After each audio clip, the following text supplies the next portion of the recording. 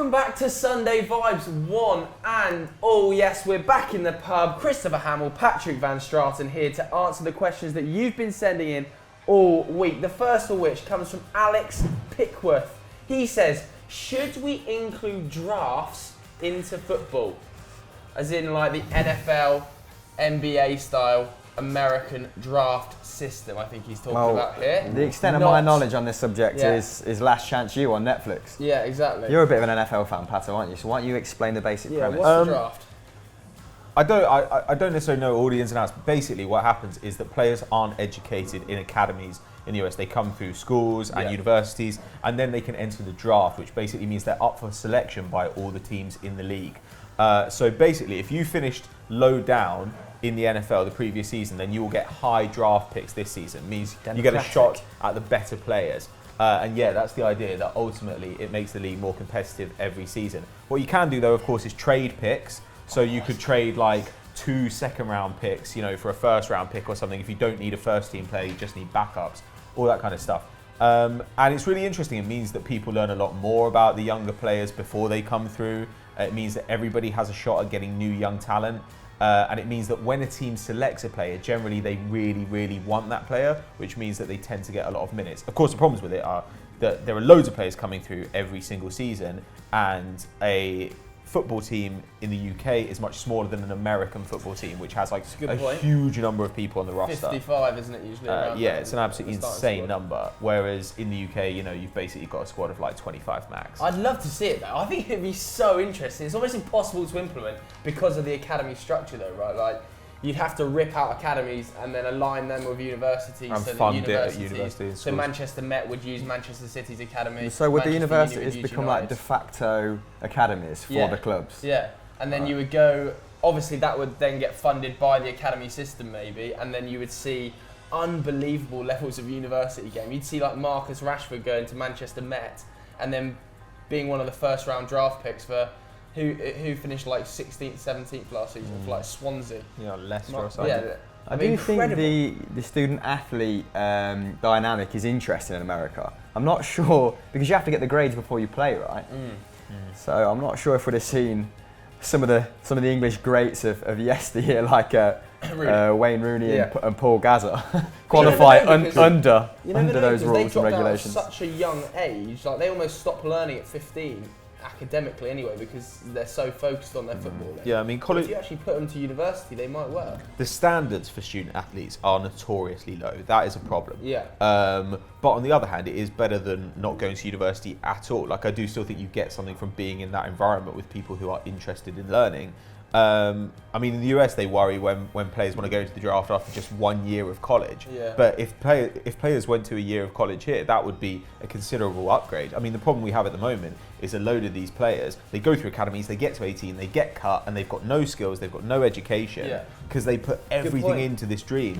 And that's a really bad thing. You're basically losing a generation of people who are just going without skills because they've been hoping they'll become a star. Yeah. I think that'd be so interesting. I mean, the next problem I see with this is not only in the US has it become self-sustaining, it's one of the fastest growing sports in terms of how many people watch it on television, isn't it? Students football. Soccer? Yeah, they do it on Friday night, don't they? No, college NFL. College NFL. Sure.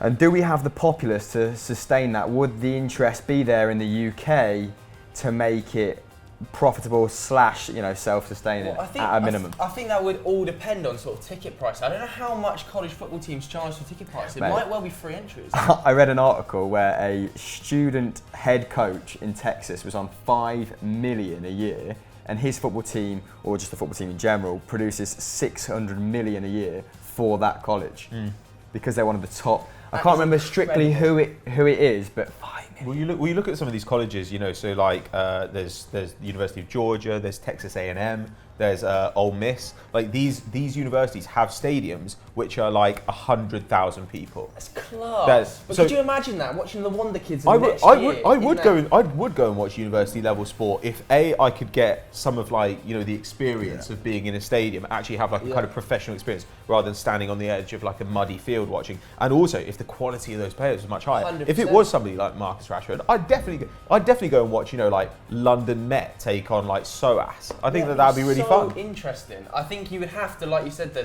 have to be a massive influx of cash into the university sporting So game. many different infrastructures would have to, so many different organisations would have to come together to make it happen. That's the problem, and Yeah. it would happen over about 30 to 50 years. Yeah, so I think we're all saying we would kind of like to see it, but it's impossible to implement. What you could do though is you could do something like the NFL Combine. So like That's that's class so that's as the thing well. before you go to the draft, Yeah. where basically the players go along and they're invited to try out, and this means that they, stuff like their standing jump is measured and their 40-yard dash time and all this kind of thing. So then you have these bits of raw physical data which clubs can use to kind of select players.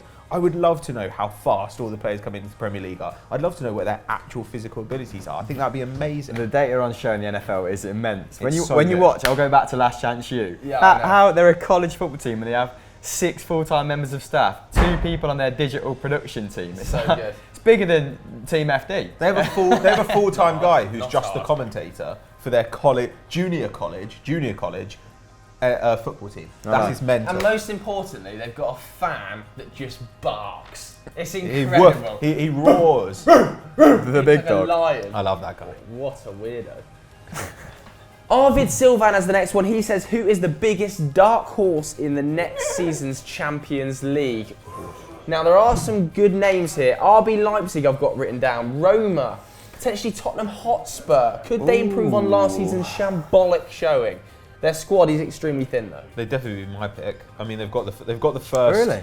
Their first Terrible, team. Their first yeah. team is better than those others. Like it really is. Do you not think their bench should cost them? Yes, I do. Harry Winks, Ben Davies. This is all based. Vorm. This is all based on them needing to, on them beefing up their squad over the rest of the summer. That's really what they need to do. But they're a young team. They improve every year. They've got one of the best managers in the world. I think they could be really exciting. I think last season they basically just accepted that they were going to have to lose so much ground in the league in order to try and compete in the Champions League that Pochettino kind of binned off the group stage when it Yeah. looked like they didn't have a shot. But it's extremely concerning. They're not even linked to squad players at the moment. They're not linked to anybody. I'm not seeing Yeah. any reports, any rumours Their linking rivals Tottenham are starting Hotspur to pull to away the likes from of them, aren't Julian they? Brandt, to the likes Especially of... when Yeah, they're exactly. competing on all fronts. But that's surprising. I thought Pochettino would have thought, now we've finished second, now's our chance to shift it up a gear. Let's get a load of depth in the squad, or let's improve the first team. And it's not happened Okay, at all. In They fact, seem he's to be lost biding their players. time. We're talking about Ross Barkley, or we won't pay the buyout for Ricardo Pereira. Now they're talking about Toljan, but Toljan might go to Bayern Munich. And so you just think, just go in and spend money on these players. Yeah. The problem is their recruitment isn't great at the moment. It's in a bit of a shambles. How far do you think RB Leipzig are off challenging in the Champions League? challenging? Not challenging for a Quite right. title, but maybe getting out of the groups and progressing to a quarter-final? I think they could get out of the groups this year. I mean, they're certain, Very young There team, are though. some We're talking about terrible Tottenham being a teams young in the team. Champions League, though. There are, And they that's came true. second in their league, so they'll be in pot 2. I think they'll be quite interesting. There's also some great teams in the third qualifying round and the playoffs. Nice versus Ajax is a but third such round. a bad draw, man. fixture. Such a bad draw. Terrible for one of those teams. Of course, they will drop into the Europa League group stages.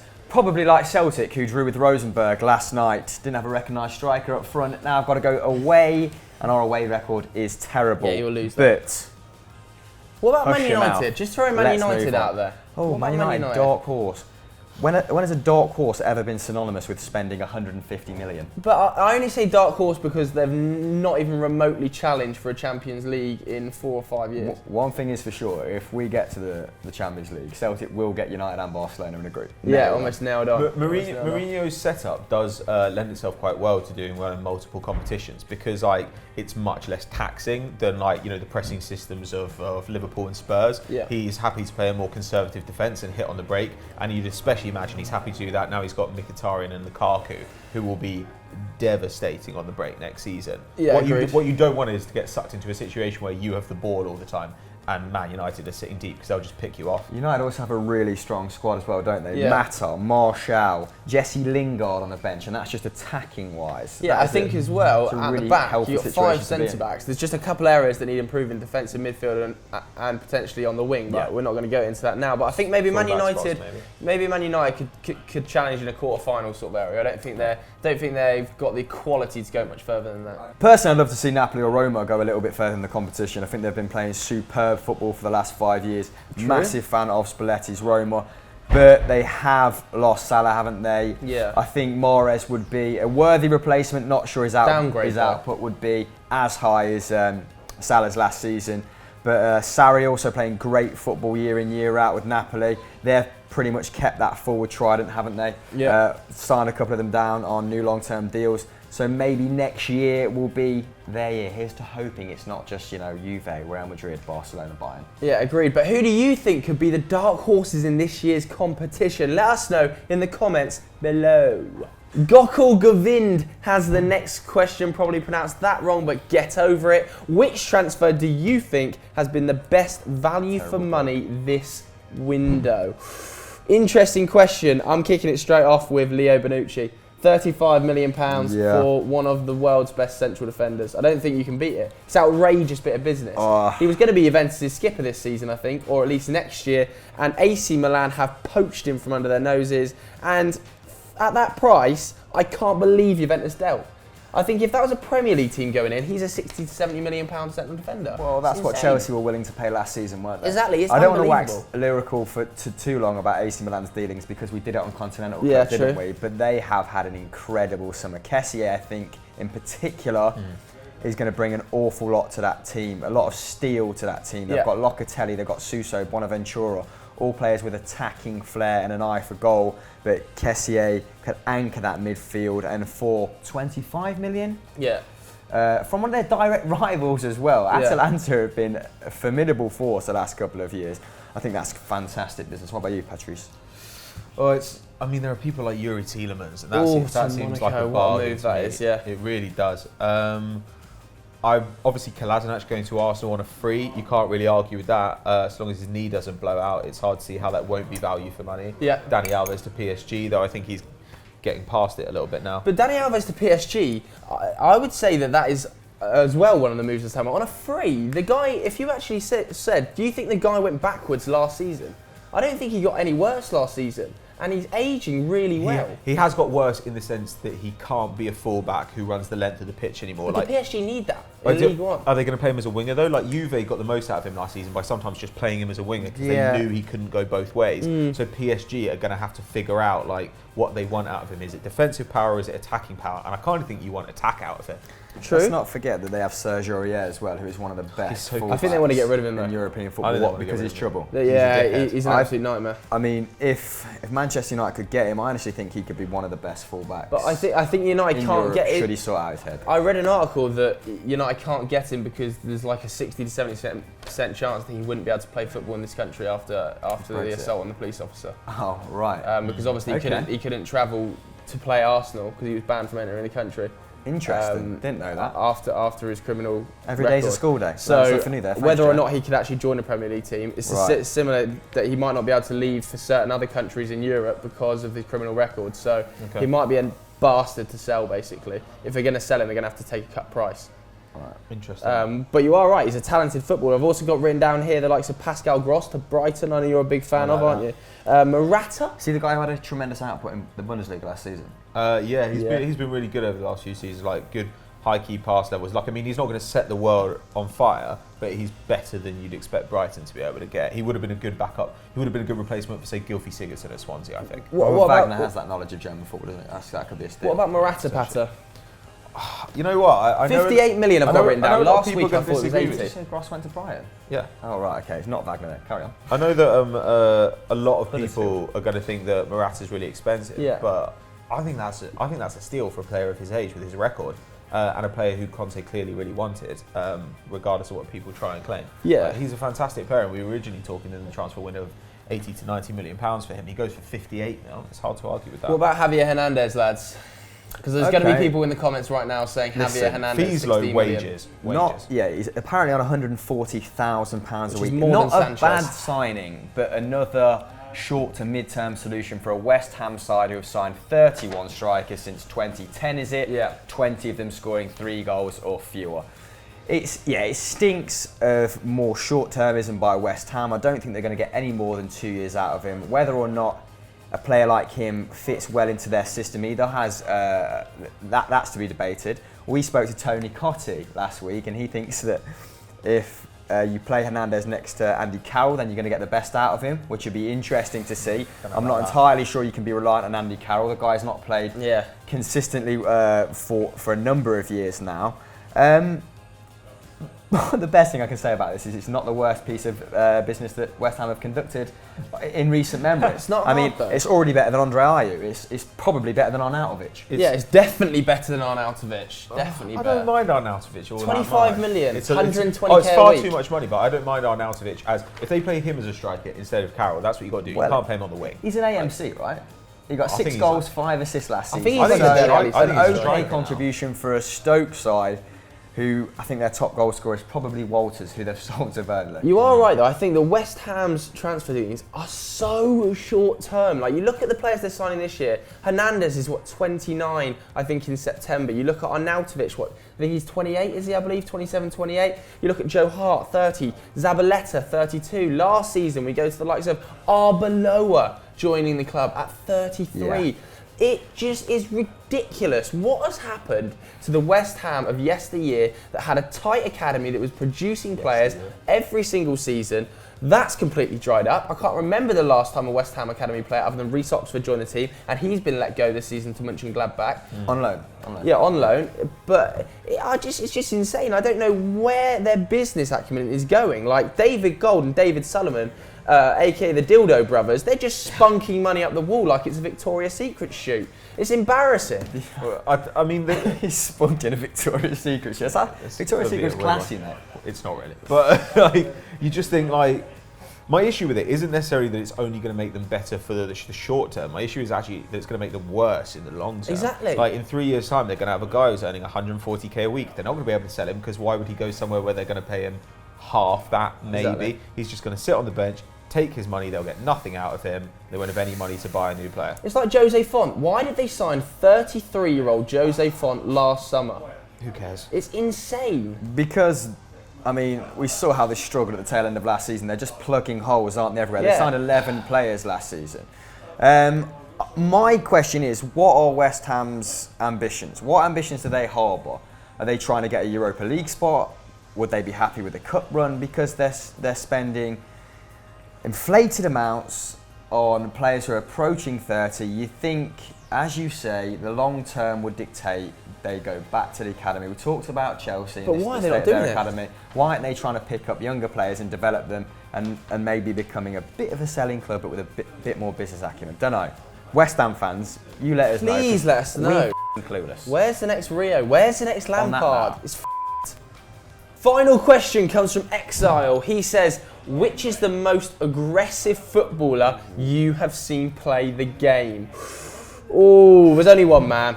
Patrick Van Straten. Yeah, I was about to say you. Me, yeah, potentially. I am quite an Violent. aggressive footballer. No, Ben Thatcher. Ben Thatcher was the antithesis, that word's coming out of the dictionary, of an aggressive Like most bastard. He was just unnecessarily over the top aggressive. Do you remember that tackle on Pedro Mendes? Forearm smash. It was like something out of WWE. John Cena would have been proud of it. Surprised he didn't stand over him and just go, you Mate. can't see me, bitch. Yeah, he's- Pedro Mendes got taken on a fucking stretcher. He It was assault. sent Mendes back to the Spanish Inquisition. Yeah, it didn't was outrageous. It was Although he's disgusting. Portuguese, so What about don't you, really lads? make sense. What about you? Kevin Muscat. Oh, he's just a twat. Dirty old man. He played for Melbourne Victory, I believe, Yeah, amongst Millwall. other clubs, Millwall. and was their captain somehow. A couple of Australian fans told me that's why Victory are one of the most hated teams in the league, because he had this cult following within the Melbourne Victory fans. But I mean, you could sit there for 10 minutes and watch a compilation of his horrible challenges on Yeah. YouTube. If ever you want 10 minutes, He go ended on to someone called Kevin Gordon Watson's Muscat. career, I think. Yeah, exactly. Go on to Kevin Muscat's Wikipedia page and just go down to Notorious section, and it's outrageous. He just looks like a right horrible. It's like Ashley Young made his debut for Watford. Kevin Muscat was in the opposition and said, if you go past me, I'm breaking both your legs. And he was only about 18. This is a guy who broke someone's legs so badly, he nearly had to have it amputated. Yeah. He got Yeah. sued for it on a the real football arsehole. pitch. It's outrageous. 123 yellow cards he picked up. It's obscene. Oh my God. The guy was lucky to still Kevin play. Muscat. Is he on a sheet? Because he loves it. He is on there. He loves the guy. I do like He's Kevin. only I don't- famous 11 for reds being in his an career. No, I don't like him. Bosnich Mark, a disgrace. Yeah, Mark Bosnich once called him a disgrace to the game. Mark Bosnich. Mark Of all Bosnich. people. Exactly. I know. 11 reds. I remember for Melbourne victory, he actually served a 3-match ban and then came back and got another red card immediately That's afterwards. quality. It is an outrage. What about you, Patty? Who you Stealing a living. I don't know. I'll go for somebody who was actually like good at the top level, but was still a piece of shit. Mark van Bommel. Oh, great shout. Chest kick. The Netherlands did this amazing thing where that's Nigel de Jong. after like 60 years of cultivating like these classy, intelligent midfielders, you know, like Seedorf and Cruyff and stuff, then they produced some of the biggest shithousing cunts He was in such world a football. shithouse. So they got De Jong, they got Van Bommel, and these guys were disgraceful. Yeah, Van Bommel could play a bit, but he didn't want to. He was a dick. The team that went to the World Cup final were the antithesis of total Feature myth. football, weren't they? Yeah, 100%. Van the Marwijk. Dutch- Was it Van Marwink's No, side? it's just total war. Bert van Marwijk. Marwijk, is that how you pronounce it? Yeah, Van Marwijk. And he paired them up in a World Cup final versus Xavi Iniesta, Xavi Alonso. It was absolutely hilarious. I mean, it really was Like- good versus evil. Yeah, It night literally and was. day. Like, Yeah. I was rooting for the Netherlands, obviously, at the time, but there was a point where I was just watching the game and I was like, this is the worst game of football I've ever seen, because not only are the Netherlands inevitably going to lose this game when they have 7 people sent off, but I'm also seeing like the death of what I want football to be. Well, I think that a lot of the Dutchmen's problem with that, when I did my dissertation on Dutch football, and I actually spoke to a few Dutchmen, and they like called it the exact role reversal. Like Spain were playing the total football that they once dreamed of playing, and then they were being forced to play a style that was all about winning, and they weren't interested in it at all. I'm having flashbacks of Van Bronckhorst's goal the game before, though. Yeah. Absolute 40 yards. It was an outrageous Against finish. Uruguay. Oh But my yeah, God. I agree. Van Bommel was a dirty bastard. Of course, he got sent off, didn't he, on his last ever game? Retired on a sending off. So What a man, though. yeah, 3 big names there. But who do you think was the Indicative of his dirtiest? Vote in the poll above. Was it Muscat? Was it Van Bommel? Was it WWE's Thatcher? Vote now. So there we have it. That's all we've got time for on today's Sunday Vibes. If you want your question featured next week, bang it in the comments right now using the hashtag Sunday Vibes, or you will be featured. Just somebody send a video question into our Facebook page, please. There's a link on screen now and in the description. Thanks to Christopher Hamill. Thanks to Pat Hold for on. watching. I know Oh. we've discussed the Champions League, but I need to plug Stat Wars the Champions. Go on then. Because Do it. it may be the best competition on YouTube right now. 2 episodes have come out. Me and Zach Jalab, how did we fare? Well, you'll only know if you watch it. Well, So, actually, yesterday, was it not Patman versus Statman? Pat Van Straten versus Statman Dave? oh, because this is going Sunday out on a vibes. Sunday. Oh, so 3 episodes have surfaced. Ooh. Pat versus Stat. Yeah, so make sure you give that a watch, get your questions in. Thanks so much for watching, and we'll catch you next time. Yeah, well, it's going to get a lot of game time there, isn't he? I think they're a little bit wow. What was that? Jurassic Park.